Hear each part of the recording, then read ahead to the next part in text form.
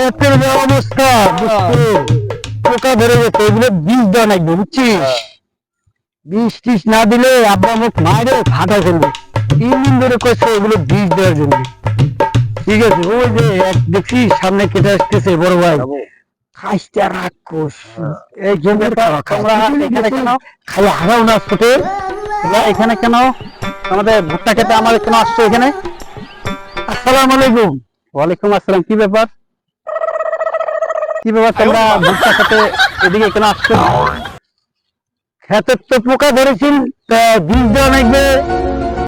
আব্বার সাথে কথা বললাম, তা খেত দেখাতে আছে। আপনি করতে আসলেন? আর বলিও না, আমি একটা দাওয়াতে গেছিলাম।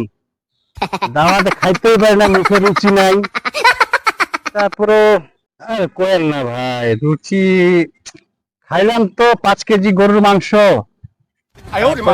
20টা রোস্ট, 2 কেজি পোলাও, বিভিন্ন জনের দিছিল, মাছ টাছ দিছিল, খাইছি। মোটামুটি খাওয়ার পরে আর রুচি হয় না। সেদিন মোর দাদার ভয়টার জায়গা আপনি এক মালসা ওই পায়েস সাঁটা দিলেন, পায়েসটা দেয় নাই। পায়েস দিছিল ভাই, পায়েস দিছিল আমাকে প্রায় 2 কেজির মতন পায়েস দিলে, সব শেষ করে দিছি। কিন্তু ভাই আরেকটু যদি পাইতাম। রুচি নাই আপনার?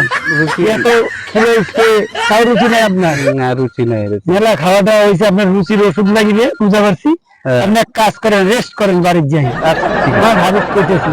ঠিক আছে চল বন্ধু, রুচি নাই বন্ধু। বড় ভাই তো খাইছে, বড় ভাই রুচির একটা ওষুধ নেই, একটা রুচির ওষুধ। বড় ভাই আবার ডাক দাও। বড় ভাই মুই একটা কথা কবার চালু।